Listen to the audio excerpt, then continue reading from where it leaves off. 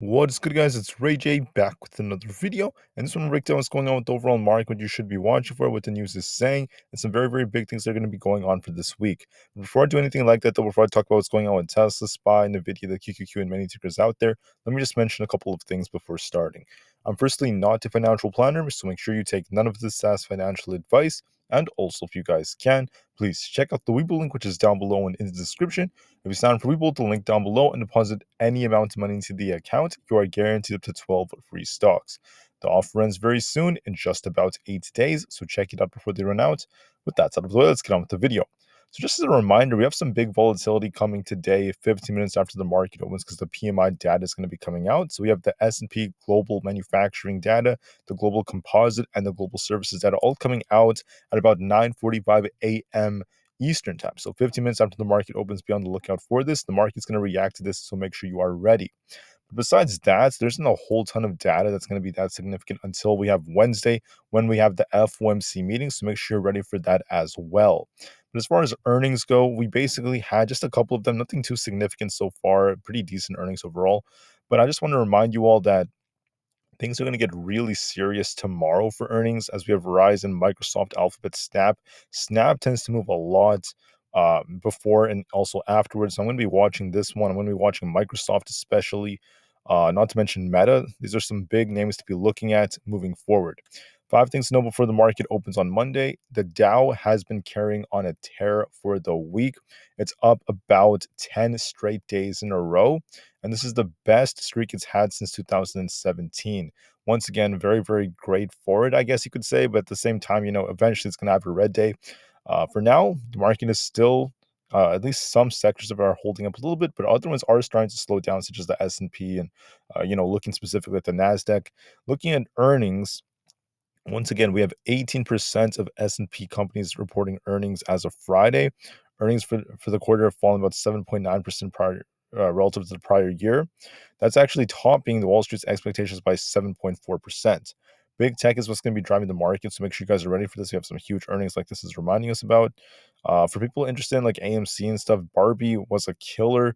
The whole Barbie or Barbenheimer, that the entire deal between like both of those movies, how people would buy them and watch each of them, that's doing relatively well for them. And besides that, Elon Musk did overhaul Twitter again by removing the bird logo, and now they have like an X instead of it, which is pretty interesting. This is also going to be used to promote his new AI company. And also X could mention or like represent his son, X-A12. Pretty funny stuff. So besides that, those are just some things worth noting for the market right now. And I just want to remind you all that Tesla got another downgrade. So for all the Tesla investors out there, there's big news that came out. UBS has downgraded Tesla to neutral, even as it raised its target from 270 from 220. They're now necessarily changing it, and they've downgraded Tesla once again to a neutral instead of like a buy. So that's once again not the best of things to hear. And this is what's causing Tesla to slow down a bit. It may have a big effect on it for the week.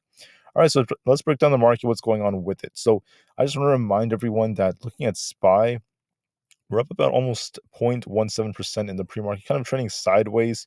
But the problem is we have this unfilled gap that's all the way down here around this 452 area. So I'm thinking that we're going to get a pop near open, maybe retest this 453.5 area, come all the way down to fill this gap down here, then try to bounce off 452. And we'll see if 452 around that area holds us. We have the low of the last week, or like a very, very close to level of the low around 451.87. So we're going to be watching this area right here, the very high 451s to 452. If we could bounce off this, we could see the market just trade sideways for a bit, kind of range trade. If it breaks below this, we're going to be watching for 450. Now, my gut tells me over the next couple of days, we're going to see 450, but just to be safe, we're going to be looking for another gap up and then a drop very, very soon. I think the market's going to do that, so make sure you watch these levels. On SPY, you're going to be watching resistance around this 453.5 area and 454. I think we're going to pop a little bit up to there as soon as today, then come all the way back down to our next support at 452.69. That fills us, watch 452, then potentially this gap fill down here. Watch that all very carefully. Now, as far as AMC goes, I want to call this out because something bad happened, at least for a lot of people out there. Unfortunately, the CEO, Adam Aaron, came out and he just spoke against everything that was going on. And The settlement has reopened. Right now, they're still fighting it out. So, with all this news that came out, initially it was very bullish, but now things are starting to change as AMC is continuing to fight. So that's causing, once again, a slowdown. And once again, if this thing breaks below the sixes and starts holding below it, we have this imbalance down here, down at the fours, could come down quite a bit. As far as Tesla goes, Tesla made a new low in the pre-market coming down. We're going to be looking for a balance by the time it opens, going to retest of this like 257 area. And if it breaks above that, 259 could come, which is where the 5-minute 200 EMA is. But then I'm anticipating a rejection and another slowdown because once again, Tesla has been downgraded by UBS. The news so far has been very negative in the morning. So we're going to be watching this 250 support on Tesla. Could Tesla hold 250? I'm going to be looking for a pop near open down, then an eventual drop to about this 255 zone, 253.68, then 250. And if those fail us, it's going to come all the way down into the 240s. We're going to be watching levels like 247.5, 245.95, 245, and the list goes on. So, like I said before, there's a good chance it's going to come down into these levels. Maybe we're going to pop near open and continue to retest 253. If that fails us, watch 250 and beyond. Apple's also gapping up, and be a little careful with Apple as it gaps up today. We have this pre-market gap as well down at 192. If Apple fails at 192.5, it's going to come all the way down to 192 flat. And once again, Apple's thinking it's going to slow the market down. So just be careful with that. For the triple Q, it's currently at around 376.8, around there. This was very close to what I predicted. I told you this thing would likely gap up and get very close to 377. That's what this thing is basically doing, filling this imbalance up here. We're going to be watching for a push up for 377, maybe around there. That's where we have this imbalance. And then it's going to eventually make its way back down, start to fill some of these gaps, and trade kind of sideways. I either see a sideways here for the triple Q or some downside at 373. I'm leaning in either direction. For Nvda, we're going to be watching for this thing to bounce up and get very close to this 450 area, then eventually trying to break above it, get a little bit higher.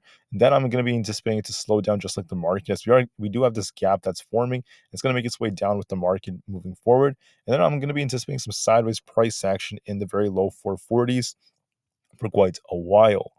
But then whether or not this thing gets a big bounce or not will depend on earnings and FOMC, at least for the time being.